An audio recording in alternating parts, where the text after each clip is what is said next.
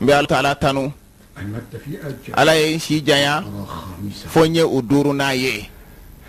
duruna jode nani ye ma kandale ye nani ye nyetigi Abu Bakr ani al-Faruq Umar ani Zunnurayn Uthman ani Abul Hasanayn Ali Allah ta'ala ka jeng ka bo bela jeli man nde cheba nani ye jode yo duruna ye de yo duruna ye Allahu akbar Umar jatigara Umar ikara khalifa duruna ye ne iyera kun toro iye no toro iye ne fana toro ne be mi ni nunu na sa ni ma ba nunu nunu mi lolo nyadumaw awa nu be awa lolo bayin kerefe nunu de koni dungaw ye ani nyetigiya ani saniya ani dusukun sanuma tigila ma ode uluye ulude ladriyayi ani hine ode uluye ulude ya fatigila ma owye ninche ba nani ulude yeremene tigila ma owye o cheba nani ulude dusukun sanuma tigila ma owye nebe minsa ala kira jenyo chela ne mani kisbama nebe sega faranunu ka nebe minsa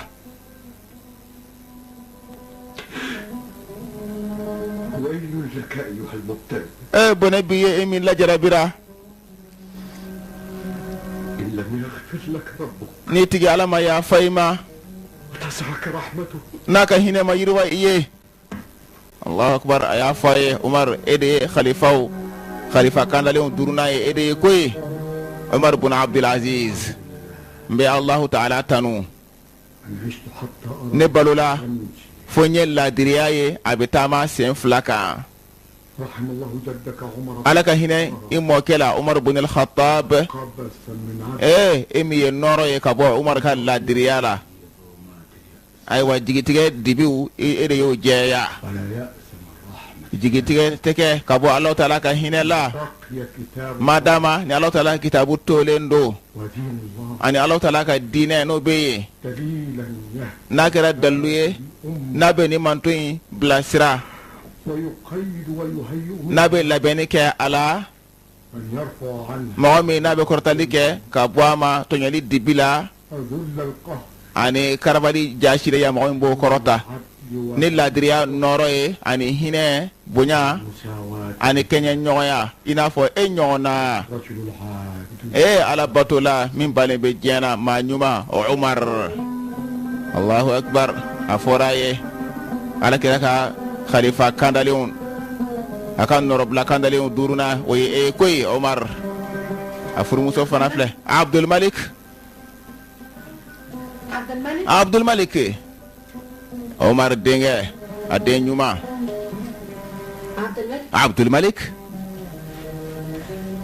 عبد الملك دكودو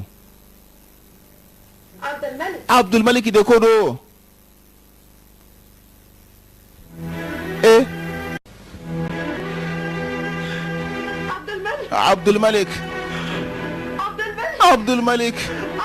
عبد الملك أدين سارة أكان ورسيكي فراسارة كفراكا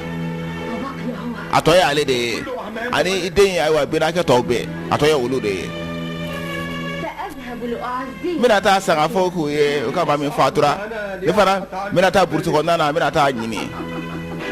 أجارة نونو نيكو don de ya de farade ne ko ni ta don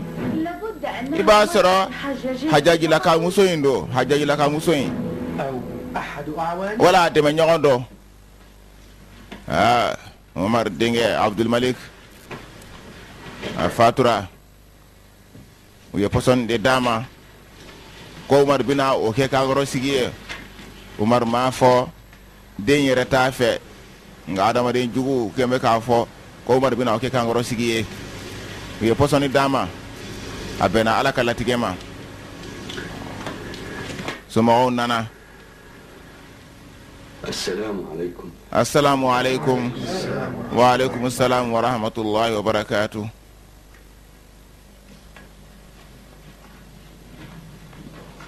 Bani kera Umar fe Umar denge fatura ka shito santane wolon wulala ni suni somo ye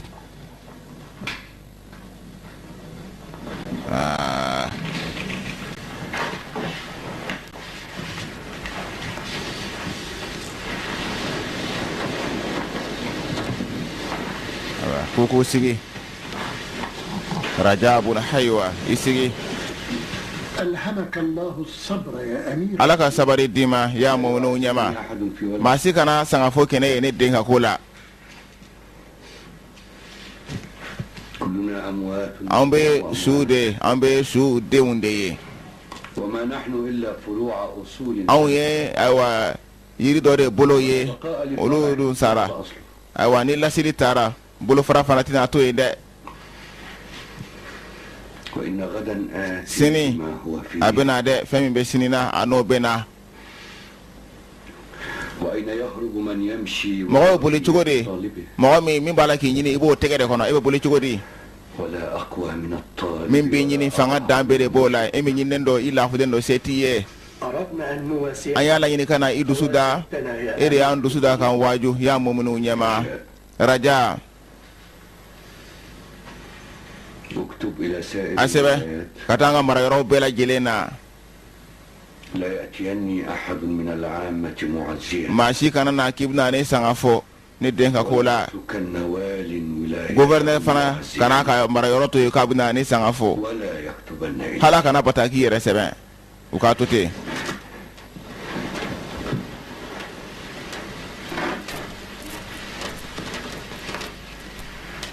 قد كان ولدي قرة عيني يوم ne de kunkara ne yani sojala ye abangena domina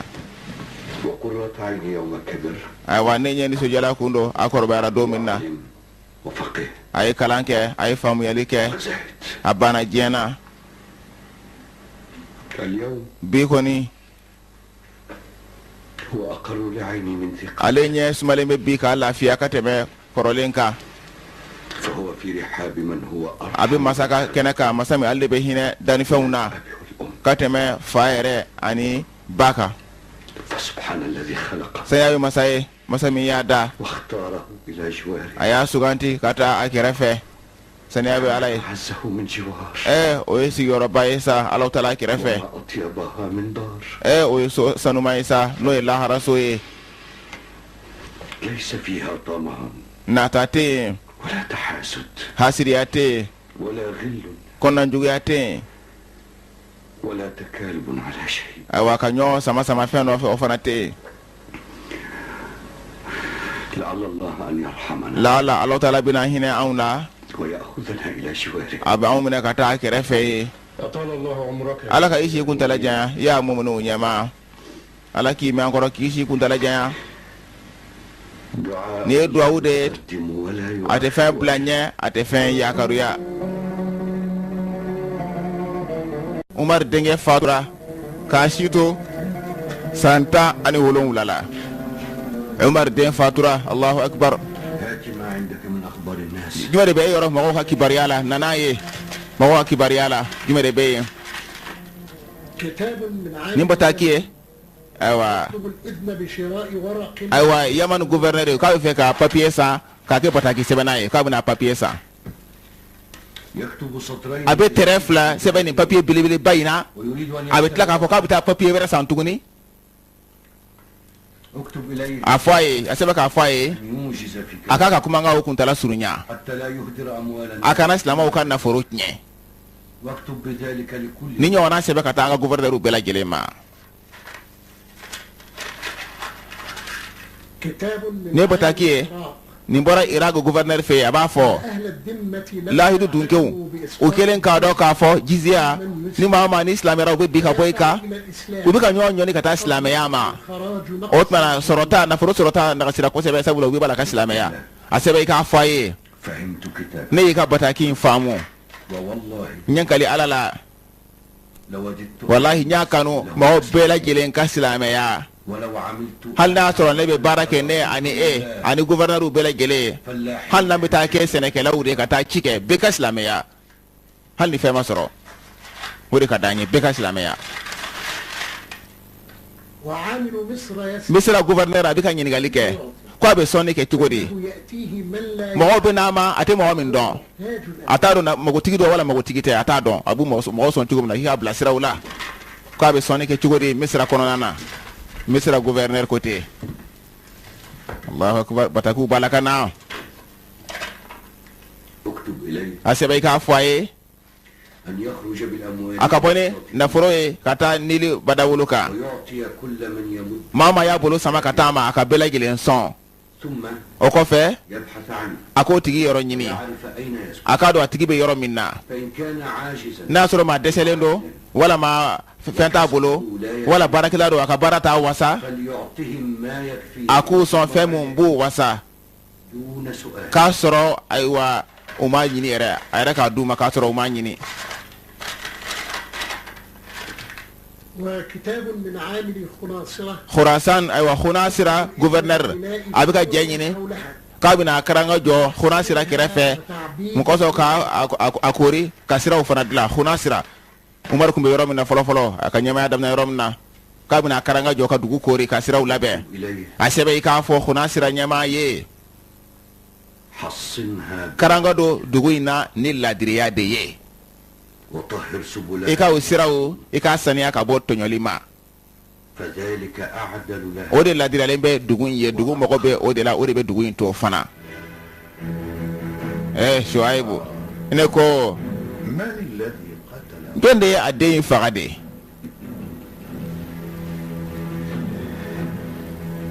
أتسأل e bɛ ne ɲininka o la ألا أتساءل ne bɛ ka n yɛrɛ ɲininka de o jɔn de y'a den in faga de Abdul Malik كأنك لا a bɛ i n'a fɔ e t'a kalama e bɛ k'i yɛrɛ ka lafili de أتتهموني i bɛ ne tuguma de wa أنا أتساءل ne fana b'a la ka n yɛrɛ ɲininka de nin ye Amiru Sakafi de ye wagandetigi i b'a sɔrɔ dirhamu أو زوجته wala dirhamu furumuso أو أحد أبنائه wala dirhamu den dɔ فهم يعملون olu bɛ baara kɛ baarakɛdenya la ale de fɛ yen o wallahi ni bɛ nin janfaci in dɔn janfaci in ni b'a dɔn a ye jumɛn de dɔn a ye jumɛn de dun de ala ka hinɛ la ne t'a dɔn a ye fɛn min dun o ne t'a dɔn o ألم تضع له أنت الطعام؟ e ma dumuni d'a ma wa ayi لم أذهب إليه. ne ma taa yen bi yɛrɛ e den dun ولدي ne den هو الذي لا شأن له a بطعام. ka foyi t'o ka dumuni ko la koyi تشك في ولدي. e bɛ siga i den fana na ne bɛ siga n yɛrɛ la n bɛ siga bɛɛ lajɛlen na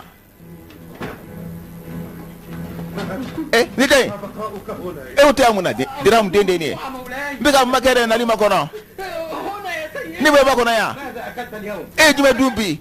ne ye dumuni kɛ an ka so de بيت سيدك بنفسك o tɛ e ye jumɛn de dɔ ye e ma kɛ fɛ yen لم أذهب إلى السوق ne ma taa sugu la bi koyi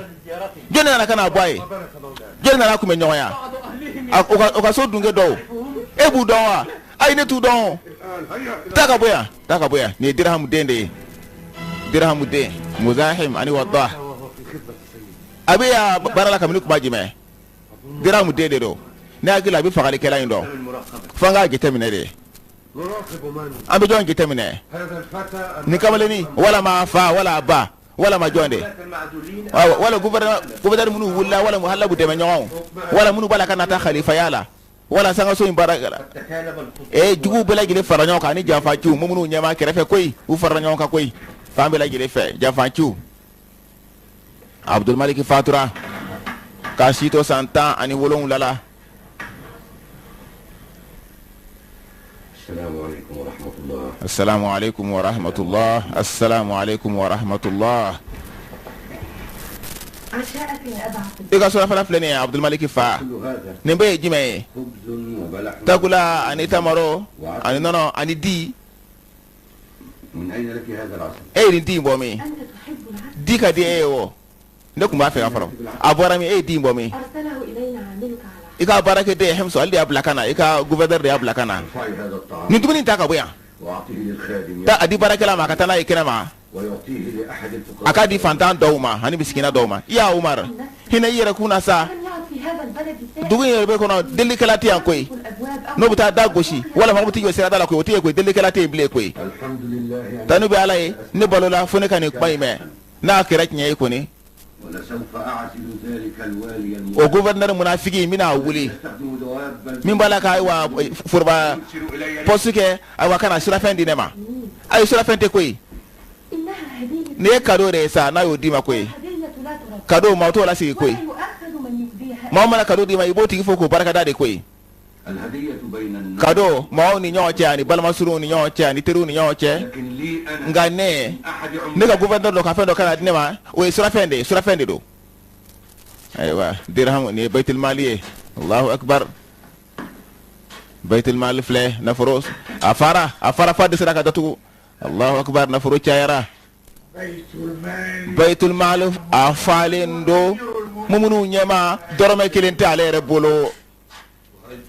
o tɔna e b'a fɛ baitul mali ka langoloya de wa ويمتلئ بيت أمير mumunu ɲɛma ale pɔsi ka fa wa o de ka di ye wa ayi ne ma kɛ ne b'a fɛ de mumunu ɲɛma a kɔnɔ ka fa ne kan bɛ de he i ka kuma kuntala surunya awɔ i ka baara caya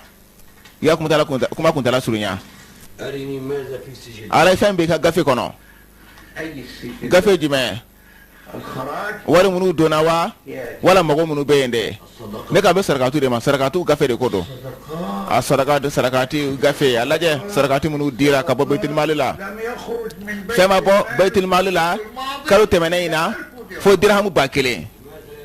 abu nasiro kɛra cogo di بيت المال ممتلئ k'a sɔrɔ baitul mali falen bɛ ta nin cogoya la الرجال يطوفون mɔgɔw b'a la ka munumunu ni nafolow ye koyi bɔlɔnkɔnɔna na دون u السائل tɛ hali delikɛla kelen sɔrɔ koyi n'u bɛ fɛn d'a ma koyi لهم الله من alahu taala y'o kariya جعلت راتبا kabini e ye sara di u bɛɛ lajɛlen ma n'o dɔnnen don baitul mali la kabini كف الناس عن o tɛna mɔgɔw ye deli dabila koyi ne ma kɛ لأني هنا yala o ye sabula ne bɛ yen ne b'a la ka ɲininkali kɛ ka jateminɛ kɛ de don wa أم أن هذا في سائر walama الحياة؟ nin bɛ an ka marayɔrɔ bɛɛ lajɛlen na de an bɛ ci bila ka taa marayɔrɔ tɔw ma kɛ an b'u ɲininka kɛ n'a sɔrɔ bɛ cogo min na واسأل عن أصحاب ɲininkali kɛ الغارمين ka bɔ jurumantigiw ma juru bɛ minnu kan na فاعبدونهم i k'u ka juru sara ومن يريد أن يتزوج mɔgɔ min bɛ fɛ ka muso furu ni se t'a ye أنفق عليه من a هذا y'a ka furu kɛ nin nafolo in na ومن تهدم الدار ni mɔgɔ min ka so binna ساعدوه على a y'a dɛmɛ k'a ka so jɔ وانظر إلى أصحاب الحرف e ka filɛli kɛ baarakɛlaw fana ma e ka fɛn d'u ma n'o b'u dɛmɛ u ka bolola baaraw la وإلى الجند i ka sɔrɔdasiw fana lajɛ i ka dɔ fara u ka sara la awa 100 o 100 tan i k'o fara a kan ما يسمح به بيت baitul mali bɛ se ka min di kɔni i ka dɔ fara sɔrɔdasiw fana kan الحرف يعني ani kɔlɔsilikɛlaw don yan minnu ɲɛma kɔlɔsilikɛla jumɛn يريد 100 an mago bɛ kɔlɔsilikɛla 100 na o ka se ka baitul mali ani sangaso ani e ka so ka taa o kɔlɔsi للقصور وبيت المال ayiwa sangaso ani baitul mali ko a bɛ se ka taa o kɔlɔsi nka ne ka so لا شأن لكم به aw ka sira foyi tɛ ne ka so la allahu akbar nafolo bɔnna a ye fantanya kɛlɛ اترك هذا العبث e ka nin adaso in to yen لحم nin ye sogo de ye اشتريته اليوم بدرهم ne y'a san bi ni dɔrɔmɛ kelen min kun b'an bolo allahu akbar اليوم آكل bi kɔni n bɛ dumuni kɛ n jɛnen n kariyalen الحمد لله tanu bɛ alahu taala ye وما سر هذا الربا nin jɛ in bɔra min gido jumɛn de b'a la طمأننت على رأيي ne hakili sigira an ka jamana kɔnɔdenw kan رسائل awa gouvernement ka bataki n'a kɛra tiɲɛ ye batakiw jumɛn de b'a kɔnɔ أرسل والي إفريقيا awa ifirikiya gouverneur y'a fɔ ko إنه يخرج بالأموال a bɛ ka bɔ ni nafolow ye ka taa sugu la فلا يجد فقيرا a ma hali fantan kelen sɔrɔ n'a b'a d'o ma wa n ko yan fana bɛ tan de samu fana bɛ ta misira fana bɛ ten a bɛ san kelen bɔ وهل الخلافة كلها yala khalifa jamana ye samu ani misira ani ifirikiya dɔrɔn de ye wa عدنا إلى القلق ayiwa i sigira ka taa jɔyɔrɔ ma ni sira ɲɛma tuguni dɛ أمير المؤمنين i y'a mɔmɔnɛw ɲɛma وسع علينا yiriwali kɛ anw kan ala ka yiriwali kɛ i yɛrɛ kan الحمد لله tanu bɛ alahu taala ye يا للنفس adamaden ni تلك النفس التواقة ni min ni hɛrɛ ka d'a ye الراغبة في كل a bɛ kanu kɛ damu kelen kɛ n'a bɛɛ lajɛlen na a tɛ fa abada تعلم نفسك e bɛ k'i yɛrɛ kun jalaki e ye sogokuru kelen min dun ya umar إني أحمد الله ne bɛ alahu taala tanu لأني ما تمنيت شيئا sabula ne ma foyi nata إلا وأنعم الله fɔ alahu taala ye nɛɛma kɛ ne ka n'a ye أحببتك منذ كنت ne y'i kanu kabini an fitininlama وكذلك أنا ne fana kun bɛ ten koyi وكان في النفس ne ni la fana من حب الإمارة kanu ɲɛmaya ayiwa ɲɛmaya kanu dɔɔni kun bɛ yen o fana n y'o sɔrɔ كانت khalifaya don khalifaya kanu kun bɛ yen akumen dusukuna ثم ذهبت nga atara Khubaybu ka don Khubaybu don ay mbi deli ay ni kuma nu toy sa Khubaybu ka ko toy اكتب علي لحظة من kana nga ni so jaay nyambolo ya mumunu nyama وأخبرني ka ne afonyana أتمنى be juma den nata afonyana sa لم يعد في الدنيا ما أتمنى foyte jeng kono de femin nata tuguni فهل يحقق لي الله yala Allah taala bina sabati like ne wa ما أتمناه be femin nata nimbo jigiya Allah taala yorowa إن شاء الله. ni Allah taala sona ma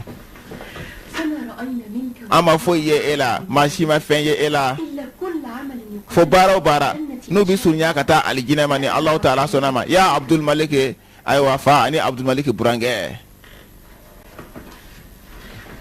Abdul Malik fa ani Abdul Malik burange يا له من اسم ni to isa لأحب رجلين إلى chef lami no kadne kata ndusukuma العم ne binake الذي كان mi يرهب الناس akumbe mo lasra ku jatige ويخفض لنا جناح الذل nga aywa hine abu o kama majige anwuye ina fo an dendo والد ولا الحق ina fo an bange bate ina fo an binakete abi hina naka no ya anye والولد ani ne fana Abdul Malik ne Abdul Malik التي كان أشبه بنفسه مي. من العطر abina fo latikoro funfun ne den kumbetende latikoro kasaduma بها نسائم الروح aywa na aywa na munu an krefe o ko fe apana kataka ارتفعت إلى الدرجة akorotara kata daraja korota leuna وكأنه مكان abina fo amakere fiu Allah ya kili jigi adena Abdul Malik la بارك الله لنا يا ala ki tanga anwe ya Abdul Malik fa Allahu akbar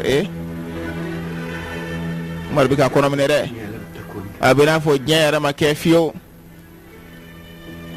والآخرة ما زالت abina fo l'akhara kuma be o de be sena l'akhara kuma joyere fiu o de be sena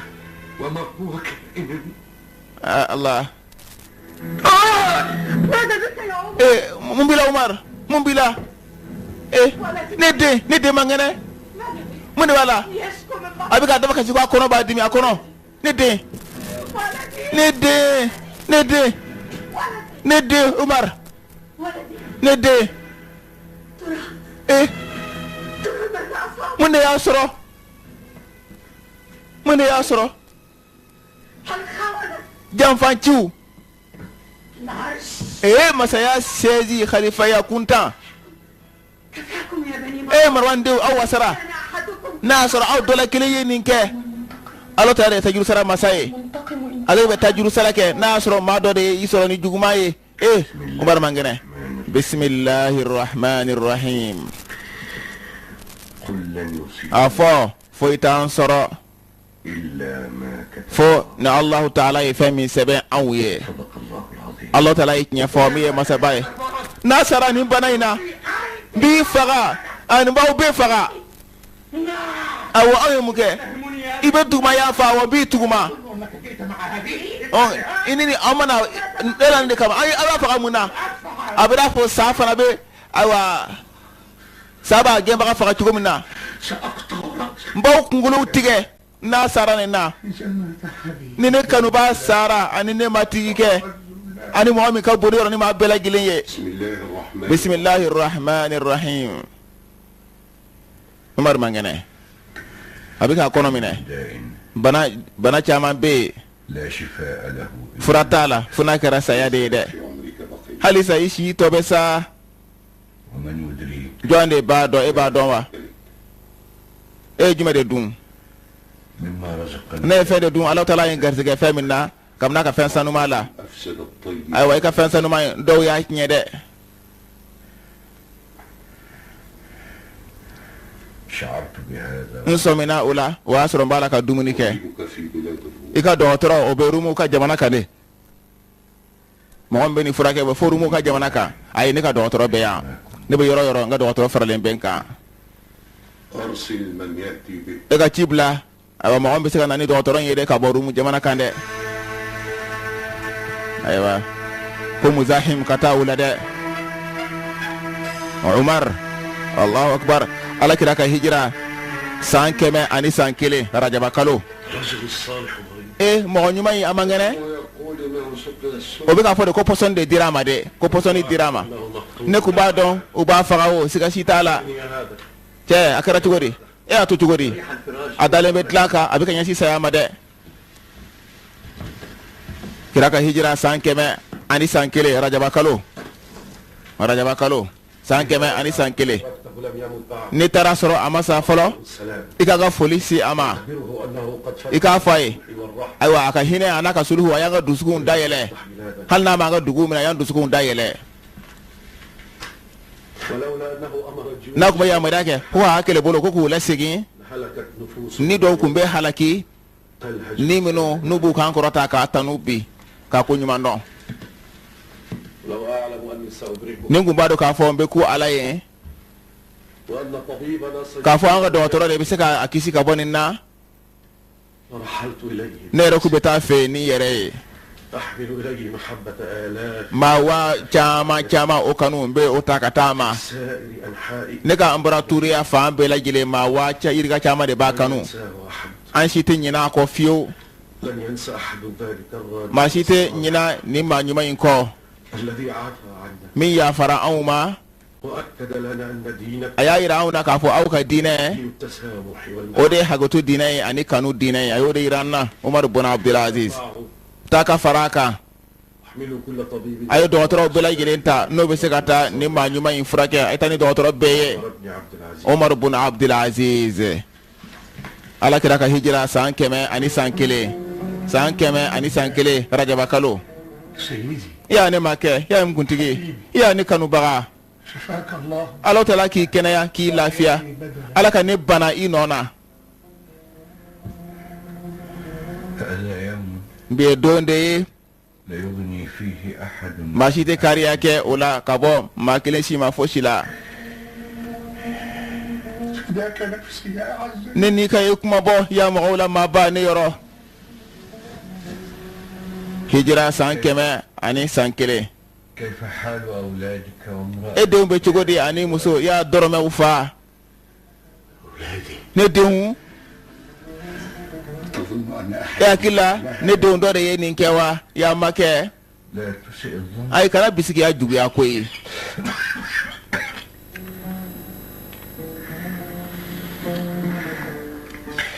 إنما أسألك n bɛ k'i ɲininka dɛ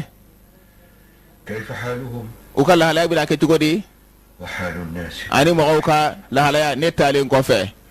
رحيلك e ka taali رحيلك إلى أين؟ e ka tagali ka taa min رجلي قبل ne sen bɛ bila i sen ɲɛ نفسي قبل ne ni o bɛ bila e ni ɲɛ لكل أجل كتاب waati bɛɛ lajɛlen a fɔlen don k'a sɛbɛn koyi لكن ليرحل كل nka maa bɛɛ lajɛlen ka taga إلا أنت يا fɔla kɛra e ye mɔgɔw la maa ba حبيبي ne kanubaga ne matigi kɛ i y'a ne ma kɛ يا من جعلت مني e min ye ne kɛ cɛ ye cɛ min bɛ lahiru dafa jɔyɔrɔ dɔn وهديتني i ye ne kanda ka taa tiɲɛ ma أن كنت ضال k'a sɔrɔ ne fililen kun don وأعتقتني i ye ne kan hɔrɔnya i ye n ka hɔrɔnya segin ne ma i y'a ma kɛ أعتقت آلاف a bɛ n'a fɔ i ye maa waa caman kabini jɔnw na i y'u kan hɔrɔnya العريان hali fiyɔrɔtɔw fana i ye fini di u bɛɛ lajɛlen ma siraniw fana i ye hakilisigi di u bɛɛ lajɛlen ma ayiwa misikinaw fana ka bonya n'u ka karama e de y'a segin u ma dɛ كفى بكاء kasi wasara umar bun abdulaziz bi kɔni إطلاق السراح n bɛna labila k'an lafiya bi de ولنعتاق من القيود n bɛna kan hɔrɔnya ka bɔ jɔlɔkɔw la قيود الذل والمطار dɔgɔya ani nataw o nɛgɛ jɔlɔkɔw ولا أريد أن يطلق الله سراحي ne tɛ fɛ alahu taala ka ne labɔ k'an lafiya ka bɔ diɲɛ in kɔnɔ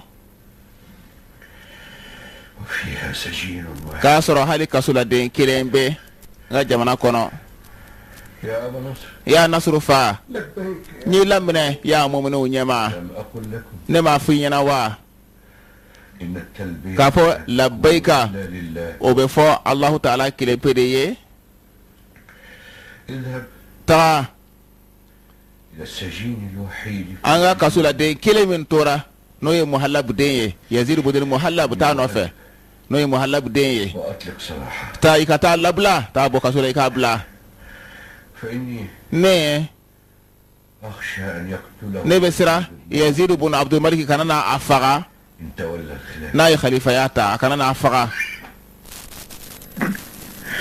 فابن المهلب sabula muhallab de رسم للحجاج hajaji kele nyogondo hajaji jugudo yazid dun ibn abdul malik والحج. hajaji burange dero kanana afaga Allah taala ki ila fiye ya mu'minu nyama utara laje yazid ibn muhallab kubina aboka labla ate abulla ya Allah unana kubina abla yare koi unana kubina labla ya sura yare bulla لقد هرب. abulla koi كيف؟ towadi hukumina abla de koi ayare bulla oh bone bayisa ألم يستطع أن يصبر يوم؟ ama se ka sabari don kilin doron yazid ibn al-muhallab awa ni umar fatura ni yazid kera awa khalifa ya bina murti ubina faga ala kira ka hijira san keme ani safla muhallab de abe faga اللهم إن كان يريد ya tigi ala أمتي شرا na sura be jugma de nyini neni man tonye فاكفهم شرا. iku wasa atorola ya allah اللهم ول من يصلح. ya allah ikamo ke nyama imam bedlani ke فليس للضعيف سند ma la fule sema yorota ede ni allah ta'ala te وليس للخائف ملاذ بالأذى awa ma sira bato fana sema yorota bulo fo allah وليس للمذنب junubu to fana إلا أنت. ya fa bate ayede fo nakara allah ta'ala ye لقد جئتك ضعيف nana ima la fule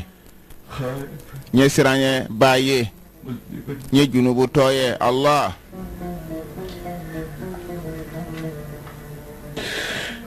أتركت من بعد ne tolike ne kofe manto de la ضعاف minu ye ma la fulen ye ليس ندلعهم إلا قوته sema yoro foy tula fo nakara e ka barka ye ya allah وأقوياؤها uka ma fanga tigu fana راجع لهم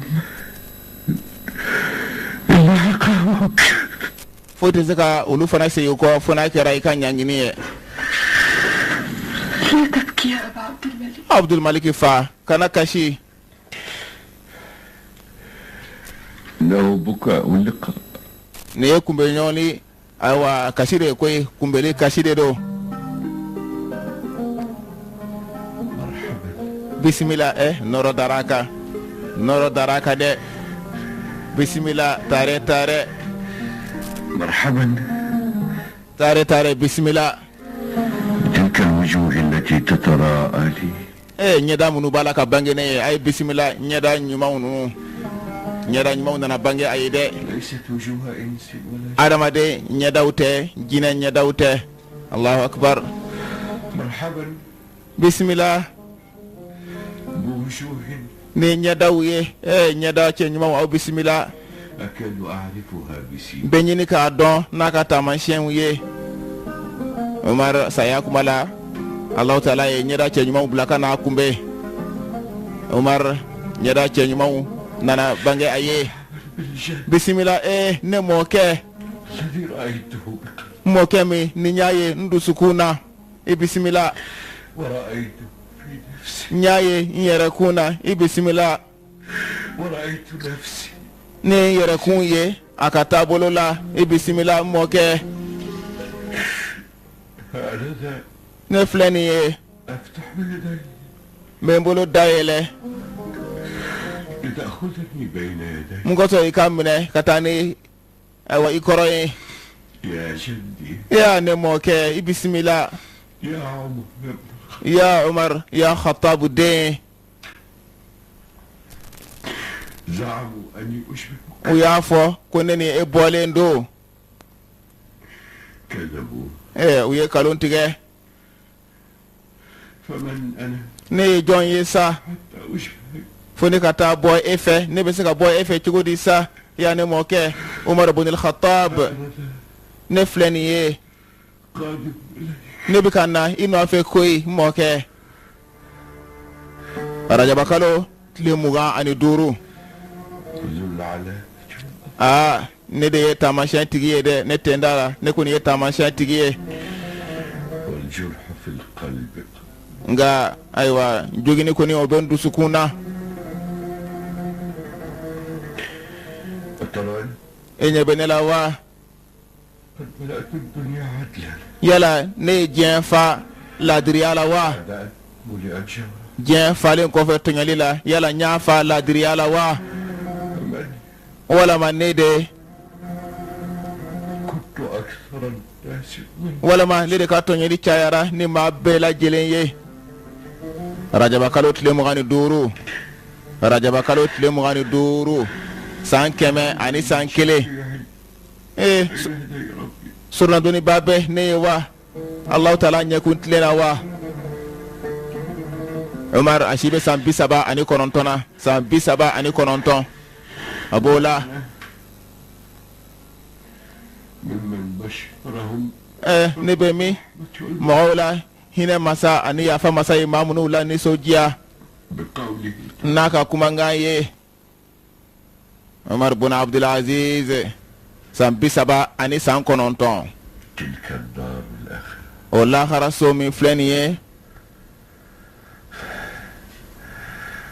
نجعلها an b'a kɛ للذين لا يريدون maaw ye maa minnu tɛ yɛrɛkɔrɔta ɲini في الأرض dugukolo la o tɛ tiɲɛli fana de laɲini والعاقبة labanko ɲumanya o bɛ ala ɲɛ siranɲɛ baw de ye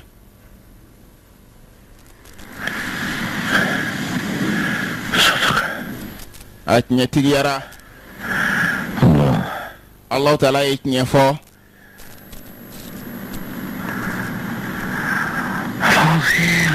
min ye masaba ye Umar fatura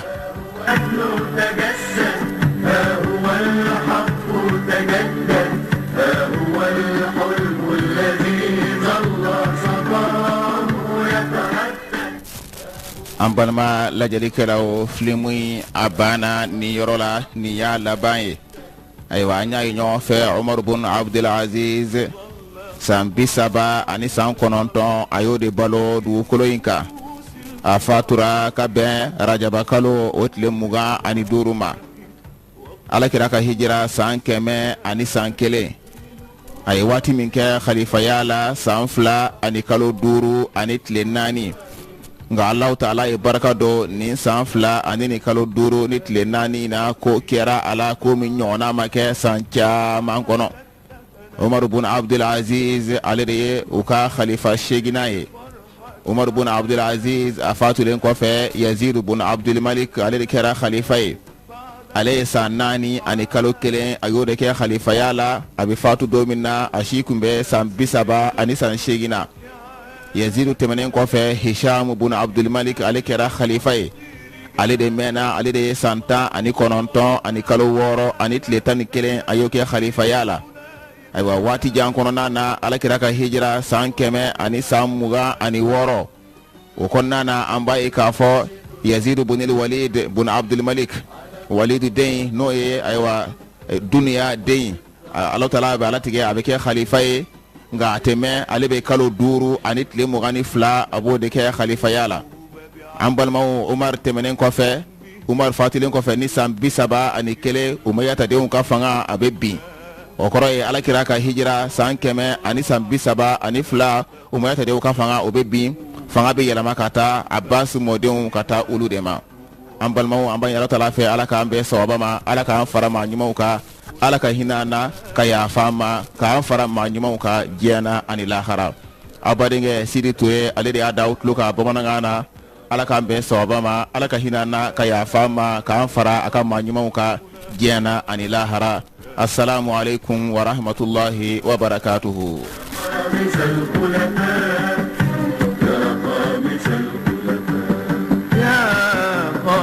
الخلفاء